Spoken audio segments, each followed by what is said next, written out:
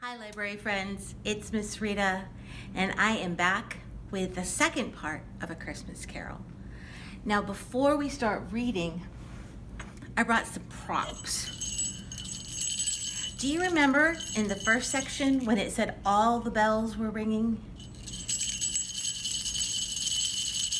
You could make a sound effect like that. Sometimes when we're here at the library, we get out noisemakers and instruments to make sounds, like this cool gourd. Huh. What does that sound like to you?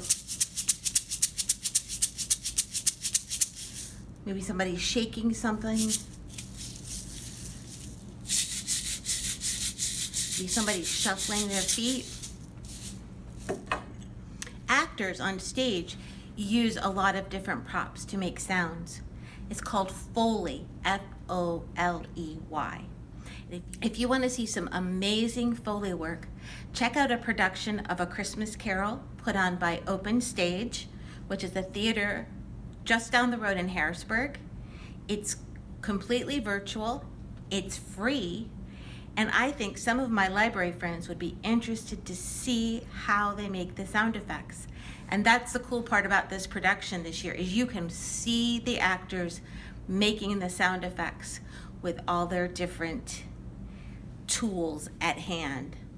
So if you watch it, send me an email. Let me know what you think. But now we're ready for Stave 2, the first of the three spirits.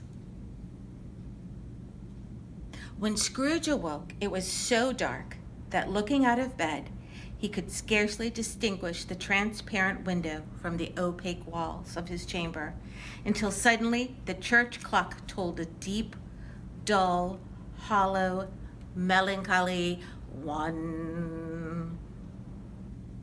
Light flashed up in the room upon the instant, and the curtains of his bed were drawn aside by a strange figure, like a child, yet not so like a child as like an old man, viewed through some supernatural medium, which gave him the appearance of having receded from view and being diminished to a child's proportions.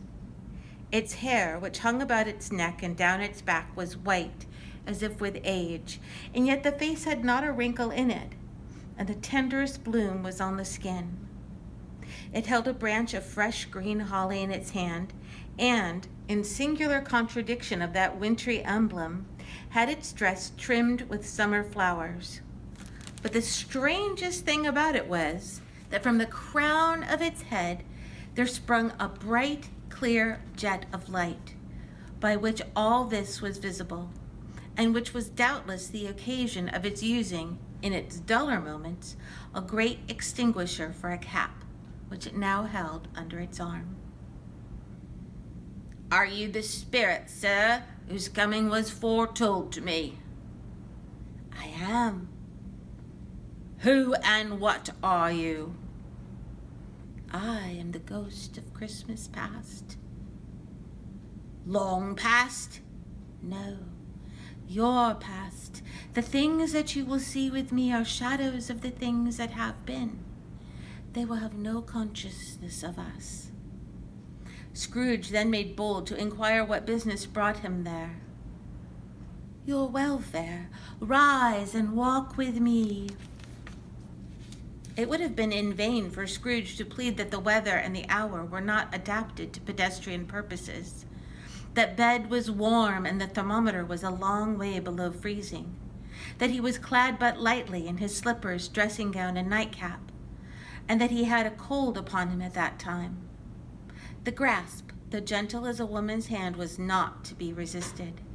He rose, but finding that the spirit made toward the window, clasped its robe in supplication. I am a mortal and liable to fall." "Bear but a touch of my hand there," said the spirit, laying it upon his heart, "and you shall be upheld in more than this."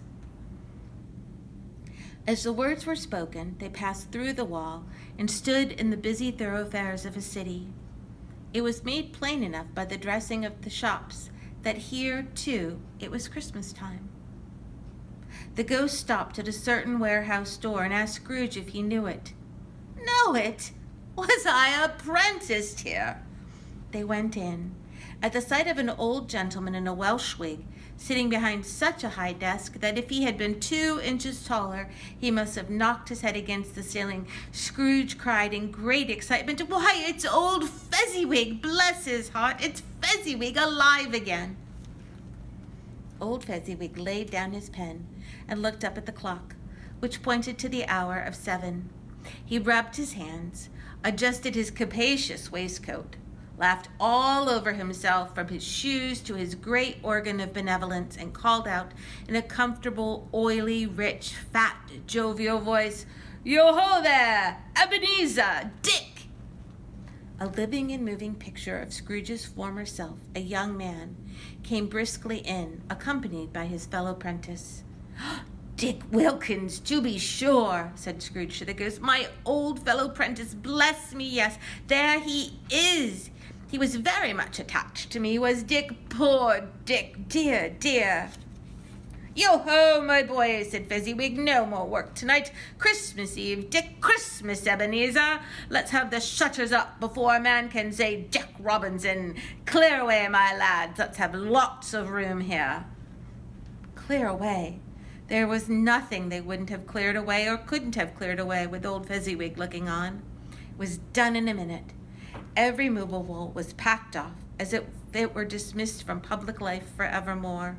The floor was swept and watered. The lamps were trimmed. Fuel was heaped upon the fire, and the warehouse was as snug and warm and dry and bright as a ballroom as you would desire to see upon a winter's night. In came a fiddler with a music book, and went up to the lofty desk and made an orchestra of it, and tuned like 50 stomach aches. In came Mrs. Fezziwig, one vast substantial smile. In came the 3 Miss Fezziwigs, beaming and lovable. In came the 6 young followers, whose hearts they broke.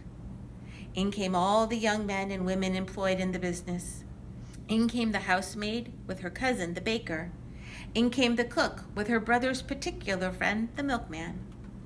In they all came, one after another, some shyly, some boldly, some gracefully, some awkwardly, some pushing, some pulling. In they all came, anyhow and everyhow.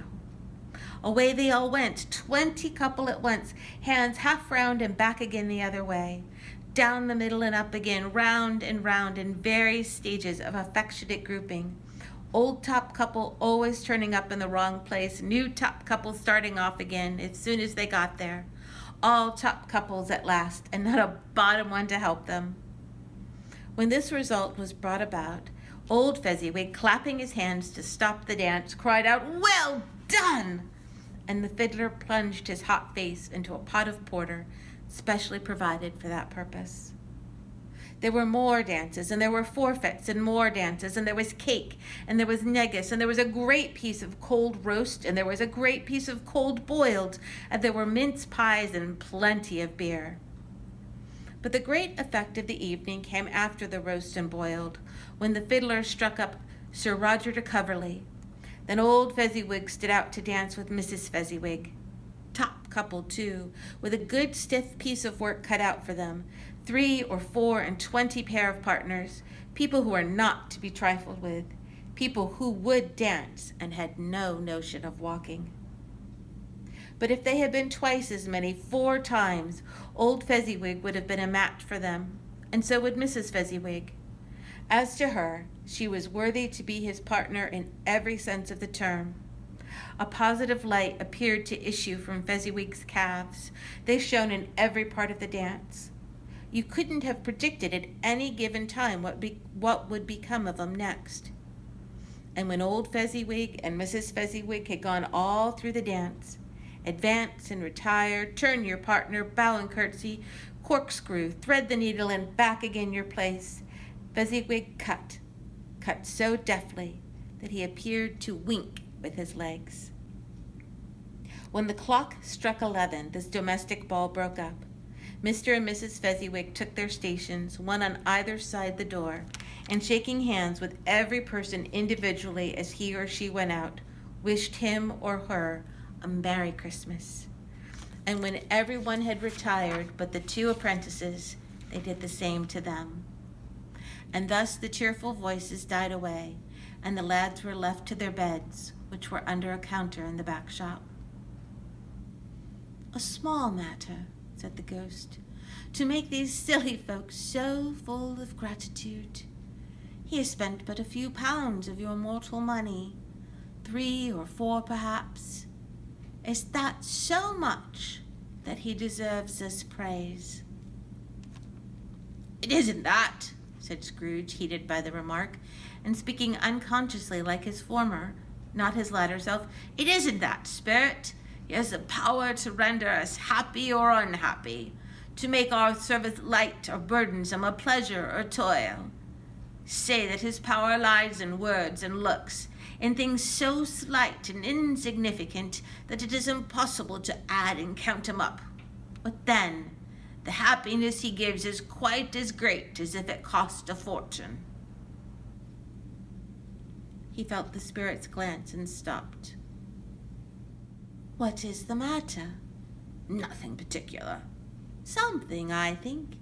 No, I should like to be able to say a word or two to my clock just now, that's all." "My time grows short," observed the spirit. "Quick!" This was not addressed to Scrooge or to anyone whom he could see, but it produced an immediate effect, for again he saw himself. He was older now, a man in the prime of life. He was not alone, but sat by the side of a fair young girl in a black dress, in whose eyes were tears. "It matters little," she said softly to Scrooge's former self, "to you very little. Another idol has displaced me, and if it can comfort you in time to come, as I would have tried to do, I have no just cause to grieve." "What idol has displaced you?" "A golden one. You fear the world too much. I have seen your nobler aspirations fall off one by one until the master passion, gain, engrosses you, have I not?" "What then? Even if I have grown so much wiser, what then? I am not changed towards you. Have I ever sought release from our engagement?" "In words, no, never." "In what then?" "In a changed nature, in an altered spirit, in another atmosphere of life, another hope as its great end. If you were free today, tomorrow, yesterday, can I even believe that you would choose a dowerless girl? Or, choosing her, do I not know that your repentance and regret would surely follow? I do. And I release you, with a full heart, for the love of him you once were. Spirit, remove me from this place." "I told you these were shadows of things that have been," said the ghost. "That they are what they are. Do not blame me." "Remove me!" Scrooge exclaimed. "I cannot bear it. Leave me. Take me back. Haunt me no longer." As he struggled with the spirit, he was conscious of being exhausted and overcome by irresistible drowsiness, and further, of being in his own bedroom. He had barely time to reel to bed before he sank into a heavy sleep.